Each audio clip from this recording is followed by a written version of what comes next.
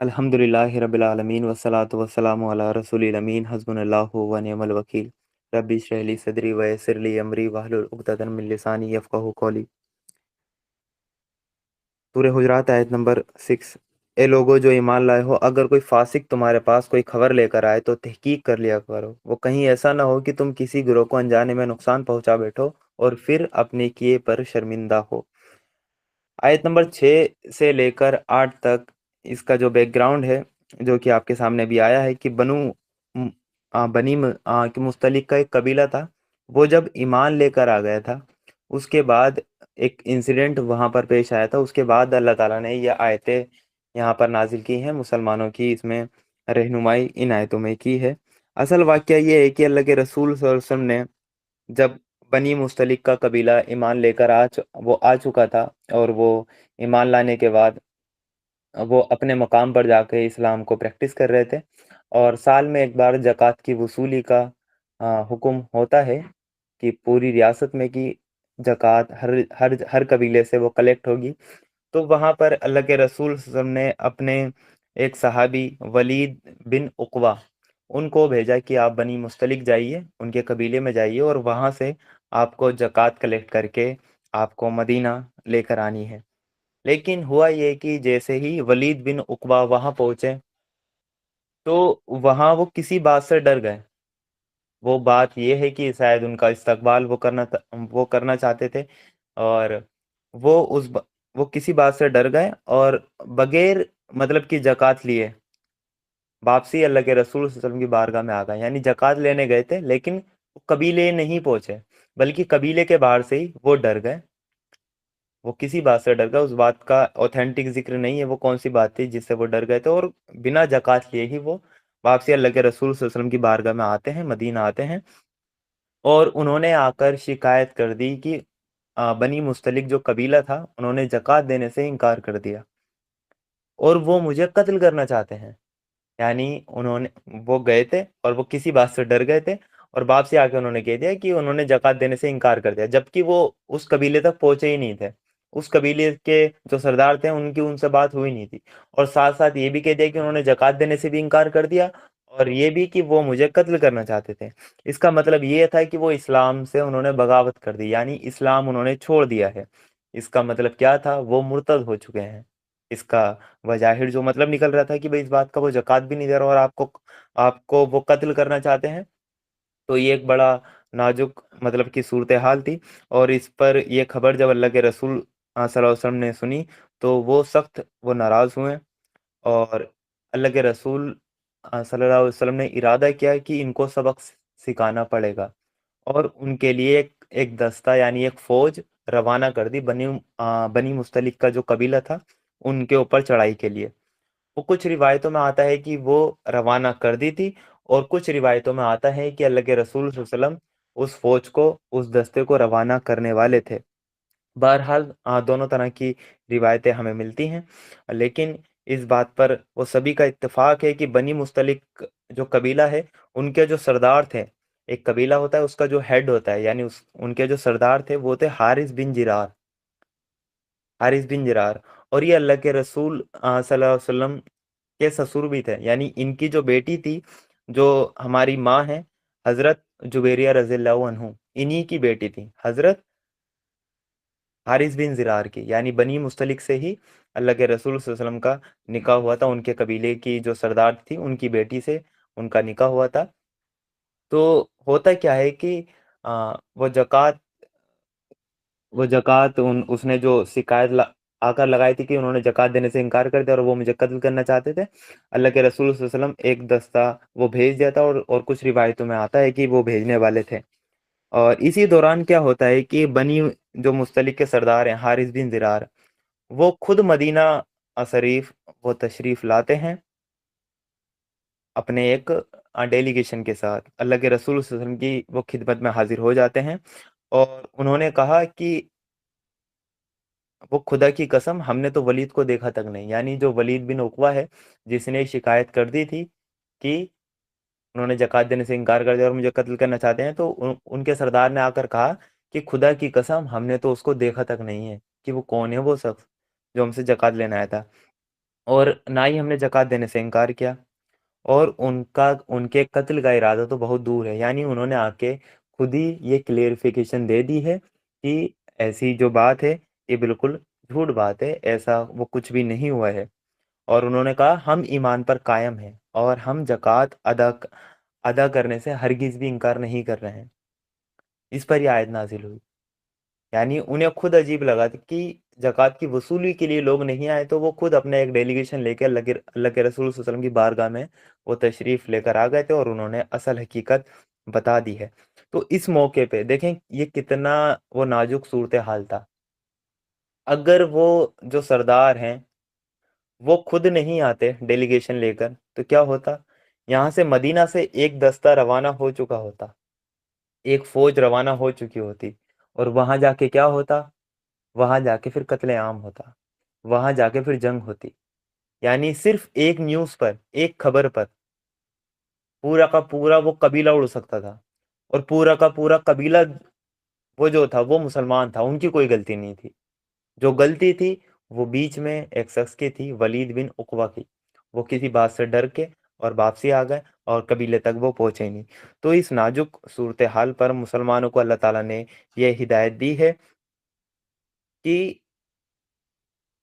آپ تک جب بھی کوئی وہ خبر پہنچے تو کیا کرنا ہے؟ سب سے پہلے اس کی تحقیق کرنی ہے۔ کوئی اہمیت رکھنے والی آپ تک کوئی وہ خبر پہنچے گی جس سے کوئی بڑا نتیجہ یعنی سامنے آتا ہے، یا تو اس کو قبول کرنے سے پہلے تمہیں دیکھنا چاہیے کہ وہ اس خبر کو لانے والا آدمی کیسا ہے، اس کا کریکٹر کیسا ہے، اس کا اخلاق کیسا ہے۔ یہ چیز کی آپ کو تحقیق کرنی ہے۔ وہ کہیں فاسق تو نہیں ہے، وہ کہیں جھوٹ تو نہیں بولتا، وہ کہیں نافرمانی وہ اللہ اور اس کے رسول کی وہ نافرمانی تو نہیں کرتا۔ تو یہ چیز دیکھی جائے گی۔ یہ اس میں عام جو سیاق و سباق سے ہمیں بات ملتی ہے وہ اس میں یہی ہے کہ اس چیز کی تحقیق اس لیے ضروری ہے، اس کی وجہ سے کوئی وہ غلط وہ کارروائی ہو نہ جائے۔ اس آیت سے ایک شرعی حکم بھی یہ نکلتا ہے کہ مسلم جو حکمران رہیں گے، یعنی اسلامک ریاست میں جو مسلم حکمران ہیں، وہ کسی بھی ایسے شخص کی وہ خبر پہ کوئی بڑا قدم نہیں اٹھائیں گے کہ جو کہ فاسق ہو، یعنی جس کا کریکٹر مسکوک ہو، جس کے بارے میں لوگ یہ بتاتے ہوں کہ یہ جھوٹ بھی بولتا ہے۔ تو وہ یہ مسلم ریاست کی بھی ایک ذمہ داری ہے کہ وہ کسی ایسے شخص کی بات پر یقین کر کے کوئی بڑا اسٹیپ، کوئی بڑا قدم وہ نہ لے جس کی وجہ سے کیا ہو کہ پوری کی پوری ایک قوم پر حملہ ہو جائے۔ اور اس سے جو فقہ ہوتے ہیں اسلامک، یعنی جو قانون کے جانکار ہوتے ہیں، عدالتی جو سسٹم ہے اس میں بھی یہ جو گواہی کا قانون ہے اس میں بھی اس رول کو اپلائی کیا جائے گا کہ جو گواہی ہوگی وہ انہی شخص کی وہ گواہی قبول کی جائے گی جو فاسق نہ ہو۔ یعنی اگر کوئی شخص فاسق ہے، کوئی جھوٹ بولتا ہے، تو اس کی گواہی عدالت میں معتبر ہی نہیں ہے، یعنی وہ قابل بھروسہ ہی اس کی گواہی کو مانا ہی نہیں جائے گا۔ یہ اس میں سے اور اصول نکلتے ہیں۔ ایک اصول اس آیت سے اور نکلتا ہے، وہ ہے اصول حدیث میں جو محدثین نے اصول اسی آیت کے تھرو لیا ہے، وہ ہے وہ جرح و تعدیل کا اصول۔ یعنی حدیث میں جو راوی ہوتے ہیں، یعنی جو اس کو روایت کرنے والے، وہ جتنے بھی راوی اس چین میں آتے ہیں، ان پر وہ جرح، یعنی ان پر وہ جرح کا مطلب ہوتا ہے ان پر کوئی نہ کوئی وہ گرفت کی گئی ہے، یعنی یا یہ جھوٹے ہیں، یا ان کی زندگی میں انہوں نے جھوٹ بولا ہے، یا ان کی وہ یادداشت وہ کمزور ہے۔ اس علم کو کہتے ہیں ذرا۔ اور جو تعدیل ہوتا ہے وہ اس علم کو کہتے ہیں کہ یہ جو راوی ہیں یہ بھروسے کے قابل ہیں، یعنی یہ عادل ہیں، یہ سچے ہیں، ان کی یادداشت بھی اچھی ہے، تو اس علم کو بولتے ہیں تعدیل۔ تو اصول حدیث میں وہ جرح اور تعدیل میں بھی اسی آیت سے یہ بات لی گئی ہے کہ اگر کوئی فاسق کوئی خبر لے کر آئے گا جس کی زندگی مشکوک ہے، جس کا کریکٹر ٹھیک نہیں ہے، تو اس کی بات کو اوتھینٹک نہیں مانا جائے گا۔ اور اصول حدیث میں اس رول کو بڑا وہ اہمیت دی گئی ہے، ہر راوی کی زندگی کو بڑی دھیان سے دیکھی گئی ہے، کیونکہ جو حدیث آ رہی ہے، حدیث کیا ہوتی ہے؟ اللہ کے رسول صلی اللہ علیہ وسلم کی بات، ان کی کوئی سنت وہ ہم تک پہنچ رہی ہے، تو اس کا ہم تک پہنچنے کے جو سورسز ہیں وہ بھی اوتھینٹک ہونے چاہیے، یعنی اس کے راوی کون کون ہیں، اسی بیس پہ ڈیسائیڈ کیا جاتا ہے یہ حدیث صحیح ہے یا ضعیف ہے یا حسن ہے۔ یہ اسی بیس پہ ڈیسائیڈ کیا جاتا ہے کہ جب اس کے جو راوی ہوتے ہیں ان کے بارے میں پوری طرح چھان پٹک وہ کر لی جاتی ہے۔ تو ایک اصول اس چیز سے یہ بھی نکلتا ہے. تو اگر آپ کسی فاسق کی بات پر آپ بھروسہ کر کے کوئی کارروائی کر لے گی، اسلامک حکومت اگر کوئی کارروائی وہ کر لیتے ہیں، تو کیا ہوگا؟ پھر اللہ تعالیٰ نے کہا وہ کہیں ایسا نہ ہو کہ تم کسی گروہ کو انجانے میں نقصان پہنچا بیٹھو، یعنی اس کی کوئی غلطی نہ ہو، لیکن تم نے ایک فاسق کی نیوز پہ اس گروہ کو آپ نے انجانے میں نقصان کی پہنچا دیا، اور پھر بعد میں اپنے کیے پر آپ شرمندہ ہوں، ریگریٹ ہوں آپ بعد میں کہ یہ ہم نے کیا کر دیا، یہ ہم نے کیا اللہ کی وہ نافرمانی کر دی. دیکھیں بنی مستلق کا پورا قبیلہ اڑ سکتا تھا اس ایک نیوز سے. مدینہ سے فوج اگر روانہ ہوتی تو بنی مستلق کا پورا قبیلہ اڑ جاتا.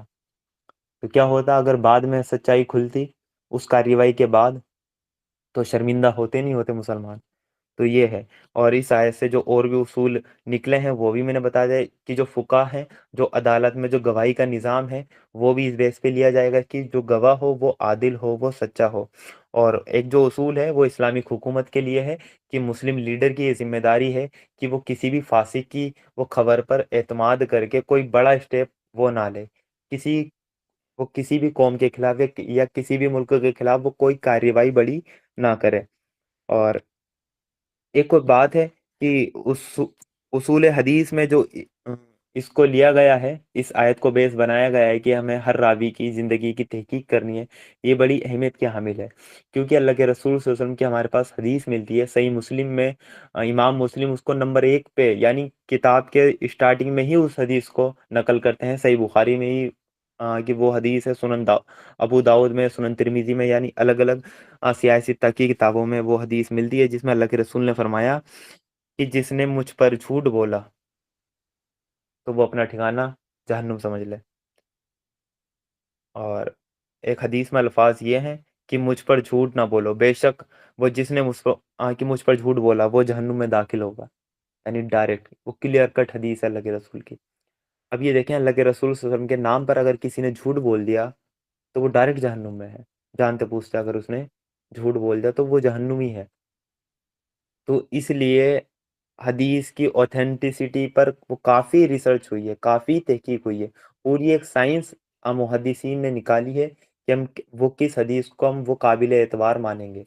یعنی اس میں جو راوی ہیں وہ سب کے سب عادل ہیں، سب کے سب سچے ہیں، سب کی یادداشت ٹھیک ہے، تو انہی کو لیا گیا ہے.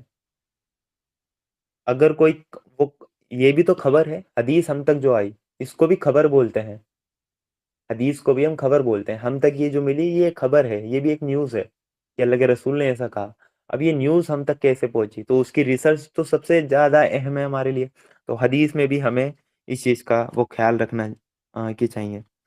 تو آج کے ٹائم میں بھی اگر ہم تک کوئی حدیث پہنچتی ہے، سب سے بڑی جو بات ہے ہمارے لیے، جو اہمیت کی بات ہے، وہ تو یہی ہے کہ اللہ کے رسول صلی اللہ علیہ وسلم کی کوئی بات ہم تک پہنچے. اگر کوئی حدیث بھی ہم تک پہنچتی ہے تو ہماری یہ ذمہ داری ہے کہ ہم اس کی تحقیق کریں کہ یہ حدیث صحیح ہے یا ضعیف ہے، یا ایسی کوئی حدیث موجود بھی ہے. کہیں ایسا نہ ہو کہ ہم وہ بات اللہ کے رسول نے کہی نہ ہو اور ہم نے وہ ایسے ہی سنی کسی سے اور ہم نے اس کو ایسے ہی اللہ کے رسول کے نام پر ہی آگے فارورڈ کر دیا، آگے اس کو ہم نے پھیلا دیا، آگے لوگوں کو بتا دیا. تو کیا ہوگا؟ جس نے میرے نام پر، اللہ کے رسول کے الفاظ ہیں، جھوٹ بولا وہ اپنا ٹھکانہ جہنم میں سمجھ لے. یعنی وہ سوچ رہا ہے اپنے آپ میں کہ میں تو اچھا کام کر رہا ہوں، اللہ کے رسول کی بات کو آگے آگے مطلب کہ پہنچا رہا ہوں، لیکن انجانے میں اس نے وہ کوئی جھوٹی بات آگے پھیلا دی تو وہ اپنا ٹھکانہ جہنم سمجھ لے. تو کتنی بڑی بات ہے. تو حدیث کے معاملے میں ہمیں بڑی احتیاط کرنی ہے کہ جب تک ہم تک کوئی خبر پہنچے گی، کوئی حدیث پہنچے گی، ہم اس کی تحقیق کریں گے کیا یہ حدیث یہ صحیح ہے یا نہیں ہے. سب سے پہلا یہی ہمارا اصول ہونا چاہیے. ایک اور بات ہے کہ آج کے ٹائم میں کہ جیسا اتنے فتنوں کا دور ہے، اتنے فرقے وجود میں آ چکے ہیں اور ہر فرقوں کے الگ الگ عالم ہیں. تو اب ہم وہ کس کی بات پہ اعتبار کریں؟ اس آیت میں تو ہے کہ جب فاسق کوئی خبر لائے تو اس کی بات پر اعتماد نہیں کرنا ہے. یہاں پر تو کہ داڑھی ٹوپی پہن کر ایک ایک مسجد کے ایک مسجد کا جو وہ خطبہ دینے کی جگہ ہوتی ہے، وہاں سے حدیثیں بیان کی جا رہی ہیں، وہاں سے اگر کوئی علم مطلب کہ آ رہا ہے تو اس کو تو ہم 100% اوتھینٹک سمجھ لیتے ہیں. لیکن ہم دیکھتے ہیں کہ الگ الگ فرقے بھی موجود ہیں. ایک فرقے کے لوگ وہ کوئی الگ بات بیان کر رہے ہیں، الگ حدیثیں بیان کر رہے ہیں، جبکہ ایسی حدیثیں موجود نہیں ہیں، دوسرے فرقے کے لوگ الگ کر رہے ہیں۔ تو آج کے ٹائم میں ہمیں کیا احتیاط کرنا ہے کہ اسکالرس بھی، یعنی جو یہ فرقے واج اسکالرس ہیں، اگر یہ بھی ہم سے کوئی بات کہیں گے تو ہم ان سے ثبوت مانگیں گے، یہ آپ کی یہ جو بات ہے یہ ہم تک پہنچی ہے، ٹھیک ہے، حدیث ہے، ہم اس کا انکار نہیں کر رہے ہیں، لیکن آپ اپنی بات کی دلیل دے دیجئے، آپ نے یہ حدیث وہ کہاں سے کوٹ کی ہے۔ یہ ہر کسی کی ذمہ داری ہے، آپ تک جو بات پہنچے آپ اس کی تحقیق کریں، اور آپ جب تحقیق کرنے لگیں گے تو جتنے بھی فرقے موجود ہیں نا، یہ سب کے سب آٹومیٹک ختم ہو جائیں گے۔ آپ ہر بات قرآن و سنت سے اگر لینے لگیں گے تو سارے فرقے آٹومیٹک ختم ہو جائیں گے۔ آپ تک کوئی حدیث آئی، کوئی اسلام کی بات آئی، آپ تحقیق کریں سب سے پہلے۔ آپ آپ نے کسی سے بھی سنا ہو، آپ نیوٹرل ہو کے تحقیق کریں کہ واقعی یہ بات اللہ کے رسول کی ہے یا نہیں ہے، یہ تبھی یہ فرقے یہ ختم ہوں گے۔ تو آج کے دور میں بڑا فتنوں کا دور ہے، یہاں پر جو اسکالرس بھی اگر آپ کو کوئی بات کہہ رہے ہیں، یا میں نے بھی اگر کوئی کی بات آپ سے کہی ہے تو اس پر آپ اعتماد نہیں کیجیے، بلکہ اس کی تحقیق آپ کے لیے ضروری ہے، کیونکہ آج کے ٹائم میں تو یہ آپ بتانا بڑا مشکل ہے کہ فاسق کون ہے یا سچا کون ہے۔ آپ مجھے آپ مجھے جانتے کوئی ہیں؟ کیا پتہ میں فاسق ہوں؟ سوشل میڈیا پہ تو جانتے ہیں آپ مجھے، ریئل لائف میں تو نہیں جانتے کہ میں کتنا سچا ہوں یا میں کتنا جھوٹا ہوں۔ یا جو سوشل میڈیا پہ اسکالرس آپ کو نظر آتے ہیں تو وہ آپ کو صرف کیمرے کے سامنے تو نظر آتے ہیں، ان کی جو پرسنل زندگی ہے اس میں تو نظر نہیں آتے، تو اس میں کون چیک کرے گا کہ وہ کتنے فاسق ہیں، وہ کتنے جھوٹے ہیں اور اپنی بات میں کتنے سچے ہیں۔ تو یہ ہماری ذمہ داری ہے اس فتنوں کے دور میں کہ ہم تک کوئی خبر پہنچے گی حدیث کے روپ میں بھی، تو سب سے پہلے ہم اس کی تحقیق کریں گے، تصدیق کریں گے۔ اور اور سوشل میڈیا پر جو آئی ہوئی نیوز ہے اس کا تو آپ بالکل بھی اعتماد نہیں کیجیے، کیونکہ سوشل میڈیا ایک آزاد پلیٹ فارم ہے، ٹھیک ہے، وہاں کوئی بھی اپنا اکاؤنٹ بنا کے وہ کچھ بھی شیئر کر سکتا ہے، وہاں آپ کسی کی زندگی کا پتہ لگا ہی نہیں سکتے ہیں کہ کون فاسق ہے یا کون سچا ہے یا کون ایمان والا ہے، تو وہاں تو آپ کو پتہ نہیں لگے گا۔ تو یہاں سوشل میڈیا سے آئی ہوئی جو خبر ہے اس کی ضرور آپ تحقیق کریں، ضرور آپ اس کی اوتھینٹسٹی کی آپ ریسرچ کریں، آپ تحقیق کریں کہ واقعی یہ بات سچی ہے یا نہیں۔ ایسا نہیں ہے سوشل میڈیا پہ کوئی بات سنی اس کو آپ نے آگے فارورڈ کر دیا، کیونکہ ہمیں نہیں پتا سامنے والا بندہ فاسق ہے یا نہیں ہے۔ تو ہمیں اپنی زندگی میں یہ رول اپلائی کرنا ہے کہ کوئی بھی ہمارے سامنے خبر آئے گی ہم اس کی تحقیق کریں گے۔ اور آج کے ٹائم میں اگر صرف سوشل میڈیا نہیں، جو کہ ہماری وہ نیشنل میڈیا ہے، اور اس سے بھی اوپر اٹھ کے میں بات کروں انٹرنیشنل جو میڈیا ہے، وہاں سے بھی اگر آپ تک کوئی خبر آ رہی ہے اس کی بھی آپ تحقیق کیجیے۔ نیشنل میڈیا سے آپ کو اتنی خبریں آتی ہیں، اس میں سے کتنی سچ ہیں اور کتنی غلط ہے آپ نے خود اندازہ لگا لیا ہوگا آپ پچھلے 10-15 سالوں میں، کہ کتنی نیوز ہے جو نیشنل میڈیا نے ہمیں بتائی ہیں اور وہ سب جھوٹ تھی، فیک نیوز، وہ پوری طرح وہ نیشنل ٹی وی سے ہمارے سامنے دکھائی گئی ہیں۔ تو سوشل میڈیا تو کی تحقیق ہمیں کرنی ہے، ساتھ ساتھ جو نیشنل میڈیا ہے ہمارا اس کی بھی ہمیں تحقیق کرنی ہے، اور اس سے اوپر اٹھ کے جو انٹرنیشنل میڈیا ہے وہاں سے جو خبر ہم تک آ رہی ہے اس کے بھی ہمیں سورس کی تحقیق کرنی ہے کہ یہ جو سورس ہے، یہ جو خبر دینے والے ہیں یہ کیا ہے، ان کا کوئی ایجنڈا تو نہیں ہے۔ اسرائیلی آپ نیوز پیپر اٹھائیں گے اس کے اندر جو خبر ملے گی فلسطین کے خلاف، وہاں آپ کو ایک الگ اینگل سے پوائنٹ دکھایا جائے گا۔ آپ امریکہ کی نیوز اٹھائیں گے، وہاں اسرائیل کو ہیرو بتایا جائے گا، حماس کو ولن بتایا جائے گا، اس کو ایک الگ اینگل سے دکھایا جائے گا۔ تو تحقیق وہ کرنا کس پر ہے؟ آپ پر لازماً ہے، فرض ہے۔ تو ہم تک کوئی خبر آئے گی ہم اس کی تحقیق کریں گے، اس آیت سے ہمیں یہی اصول اپنی زندگی میں اپنانا ہے کہ کوئی بھی خبر ہمارے پاس آئی سب سے پہلے ہم اس کی تحقیق کریں گے۔ ایک اور پوائنٹ ہے جو کہ سسٹر تبسم نے وہ کافی اچھی طریقے سے ایکسپلین کیا ہے کہ ہماری ڈے ٹو ڈے لائف میں جو میرے بھائی کے بارے میں آ کے کسی نے مجھے بتایا اور میں نے اس کی بات پہ یقین کر لیا، یا کسی نے میری بہن کے بارے میں آ کے بتایا کہ بھائی تیری بہن تو پارک میں بیٹھی تھی، میں نے اس کی بات پہ یقین کر لیا، یا کسی نے میری وائف کو آ کے بتایا بھائی آپ کے شوہر تو وہاں گھوم رہے تھے فلاں فلاں جگہ، ایک غیر محرم ان کے ساتھ تھی، اس نے یقین کر لیا۔ تو یہ کیا ہوگا؟ یہ بھی تو اگر کسی نے آ کے کوئی خبر دی آپ اس کی تحقیق کریں، آپ اس کی تصدیق کریں۔ اور شک کی بنا پہ کیا ہوتا ہے، ہم ڈے ٹو ڈے جو لائف ہماری اس میں ہم وہ کارروائی وہ کر گزرتے ہیں۔ کسی نے آ کے نیوز دی، ہمیں کسی نے آ کے کوئی خبر دی، ہم نے اس کی تحقیق وغیرہ کی نہیں، بس سامنے والے پہ برس پڑے، ہم تک کوئی خبر آ گئی ठीक है जी, अब इसका नतीजा ये है, सास और जो बहू होते हैं वो होती हैं, उनके अंदर जो मतलब झगड़े हैं उसमें भी यही होता है कि सास को आकर किसी ने कोई खबर दी, भाई आपकी बहू तो ऐसे ऐसे करती है, और सास ने सारा गुस्सा बहू के ऊपर उतार दिया। बहू को किसी ने आके चढ़ा दिया कि भाई आपकी सास ऐसे ऐसे करती हैं। तो फिर क्या होता है, वो फिर बहू अपना जो गुस्सा है वो सास के ऊपर उतारती है। ये हमें अपनी लाइफ में भी देखना है कि हम तक अगर कोई खबर पहुंचे तो हमें उस खबर पे यकीन नहीं कर लेना है, हमें सामने वाले का करेक्टर भी देखना है कि कौन ये खबर लेकर आया है, और उसके बाद भी हमें तहकीक करनी है कि वाकई ये बात ये सच्ची है या नहीं है। हम डायरेक्ट वो कोई भी कार्यवाही अपनी जिंदगी में वो ना करने लगे। इसके बाद आयत नंबर 7 में अल्लाह ताला ने फरमाया कि खूब जान रखो कि तुम्हारे दरमियान अल्लाह का रसूल मौजूद है, अगर वो बहुत से मामलों में तुम्हारी बात मान लिया करे तो तुम खुद ही मुश्किलात में पड़ जाओ। ये जो बात अल्लाह ताला ने यहाँ कही है कि जैसा कि मैंने आपको बैकग्राउंड बताया था इन आयतों का, कि बनी मुस्तलिक का जो कबीला था और वलीद बिन उकवा है, उन्होंने जो आकर मदीना में खबर दी कि भाई उन्होंने ज़कात देने से इनकार कर दिया और मेरी जान को वो आ गए थे, मुझे कत्ल करना चाहते थे। इस पर सहाबा इकराम के की दो जो जमात थी वो दो गिरोह में बढ़ गई। एक गिरोह ये कहने लगा कि भाई हमला करो, हमला करो। उन्होंने वो ईमान से निकल कैसे गए, इस्लाम ल- वो लेकर आने के बाद वो ईमान से फिर गए, हमला करो। लेकिन दूसरा जो गिरोह था और जो कि बड़ा गिरोह था, वो उसमें अल्लाह के रसूल सल्लल्लाहु अलैहि वसल्लम के हुक्म का वेट कर रहे थे कि अल्लाह के रसूल सल्लल्लाहु अलैहि वसल्लम का क्या हुक्म रहेगा। लेकिन एक छोटा सा गिरोह था जो कि इस बात में मतलब कि इसरार कर रहे थे बार बार कि आप हमला करने में वो किस बात की देरी कर रहे हैं। और जो ये देरी की गई है हमला करने में, इसी का वो नतीजा था कि वहां पर उनके सरदार बनी मुस्तलिक के जो सरदार थे हारिस, वो आ गए और उन्होंने आके अपनी वो क्लेरिफिकेशन दे दी, और जो जक़ात थी कबीले की वो उन्होंने मदीना में आके खुद ही सबमिट कर दी कि कोई जक़ात लेने आया नहीं था, तो इसलिए हम खुद अपनी जक़ात देने के लिए आ गए। तो जिसकी वजह से बड़ी कार्यवाही होते होते रह गई है। तो इसलिए यहाँ पर अल्लाह ताला ने कहा कि खूब जान रखो तुम्हारे दरमियान अल्लाह का रसूल मौजूद है। अभी अल्लाह का रसूल मौजूद है।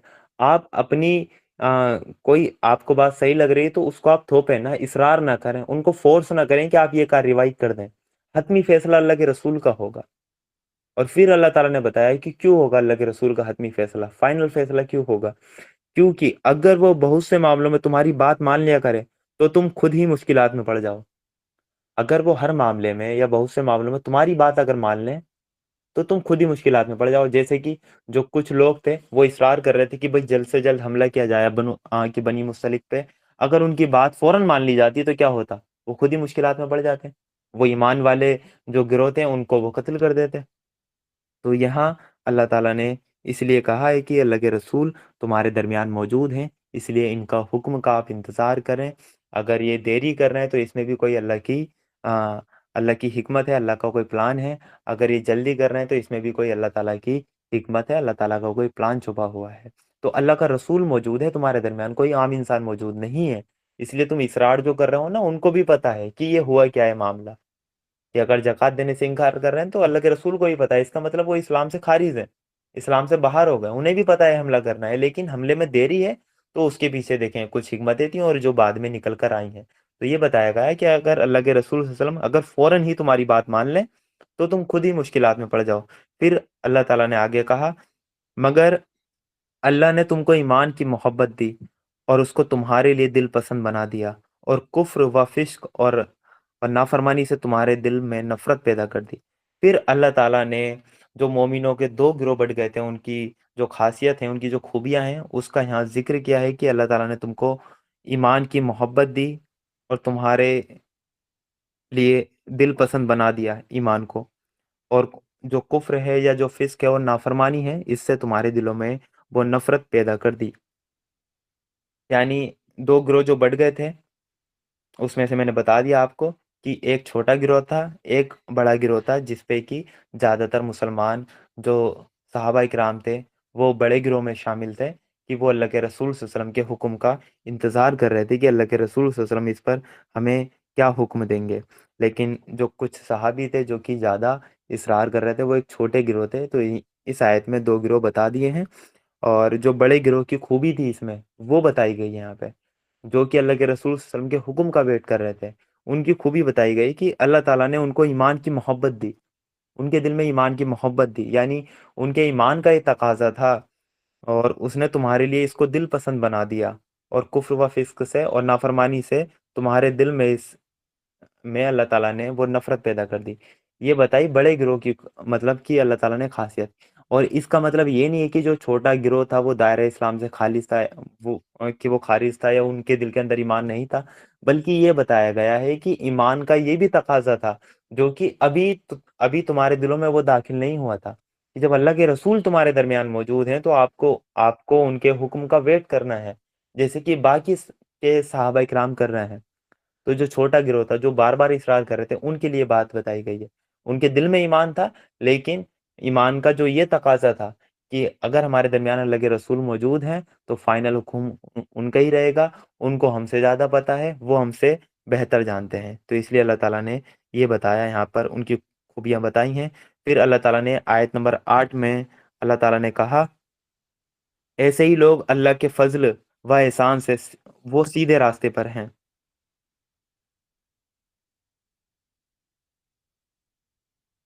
ऐसे ही लोग अल्लाह के फजल व एहसान से वो सीधे रास्ते पर हैं, यानी वो कैसे लोग हैं, जो कि आयत नंबर वो साथ में खूबियां बताई गई थी, जो अपने अंदर ईमान का ये तकाजा भी रखते हैं कि वो अल्लाह के रसूल सल्लल्लाहु अलैहि वसल्लम के हुक्म का वेट कर रहे थे। तो ऐसे ही लोगों को अल्लाह ताला ने अल्लाह के फजल और एहसान से सीधे रास्ते पर बताया है, और बताया है फिर अल्लाह अलीम और हकीम है, यानी अल्लाह ताला सब कुछ जानने वाला है और उसका हर काम हिकमत भरा होता है। यानी ये अल्लाह ताला की कोई अंधी बाट नहीं है कि वो अल्लाह ताला जिसको चाहे वो ईमान का सीधा रास्ता दिखा दे, नहीं, बल्कि अल्लाह ताला की वो जिसको भी रास्ता दिखाता है वो हिकमत की बेस पे दिखाता है, उसको इल्म है कि कौन सीधे रास्ते पे चलना चाहता है, ये वो किसका दिल वो कैसा है। तो ये आयतें हमें आज के टाइम में बड़ी रहनुमाई देती हैं, एक इस्लामिक रियासत को भी और हमें अपनी पर्सनल ज़िंदगी में भी। इस्लामिक रियासत के लिए इसमें ये हिदायत है कि अगर उन तक कोई खबर आए तो उस पर वो फ़ौरन कोई कार्रवाई ना करें, बल्कि उसकी पूरी तहकीक कर लें, अदरवाइज़ वो किसी गिरोह को अनजाने में नुकसान पहुंचा सकते हैं। पर्सनल ज़िंदगी में ये है कि हमें अगर कोई खबर मिले तो हम उस तक, ऐसा नहीं है कि फ़ौरन उस पर हम वो कार्रवाई कर, मतलब कि वो कर गुजरें। जैसे कि सबसे पहले हमें हदीस के मसले में देखना है कि अल्लाह के रसूल की कोई बात हम तक आएगी, उसकी तहकीक हमें हमारे ऊपर लाज़िम है कि हम उसकी तहकीक करें, वाक़ई ये बात अल्लाह के रसूल ने कही है या नहीं कही है, और बड़ा आसान तहकीक करना हो चुका है। मुहद्दिसीन हमारे लिए ये काम करके जा चुके हैं। बस सिंपल हमें इतना देखना है कि अब मुहद्दिसीन ने इस हदीस के बारे में क्या कहा है, क्या ये हदीस सही है, इसका मतलब ये बात अल्लाह के रसूल ने कही है। अगर ये हदीस ज़ईफ़ है, इसका मतलब ये बात अल्लाह के रसूल ने नहीं कही है। सिंपल सा उसूल है, हमें कुछ तहकीक नहीं करनी है, बस सिर्फ़ जो मुहद्दिसीन हमारे मेहनत कर गए हैं, सिर्फ़ उन्हीं की मेहनत को हमें फ़ॉलो करना है, और ये उसूल हमें अपनी ज़िंदगी में अपनाना है। और डे जो लाइफ़ है हमारी ज़िंदगी में, उसमें हमें ये देखना चाहिए कि आजकल बड़ा मसला हो चुका है कि जब से कि सोशल मीडिया पे हम आ चुके हैं कि एक स्क्रीनशॉट का एक पार्ट इधर से उठाकर दूसरी जगह शेयर कर दिया गया है कि देखें ये आपके बारे में क्या कह रहा है। उसके ऊपर नीचे की चैट कोई शेयर नहीं करता, लेकिन स्क्रीनशॉट का स्पेसिफिक पार्ट कि ये दिखाना है सामने, ताकि सामने वाला बदगुमान हो जाए। तो ये इस चीज़ पे मतलब कि ज़्यादा आज के टाइम में वो होता है, और सामने जब वो न्यूज़ आती है तो वो कार्रवाई पे मतलब कि उतर आते हैं। तो हमें इस चीज़ का वो ख़ास ख़्याल रखना चाहिए। अपनी ज़िंदगी में हमें इसको अपनाना चाहिए।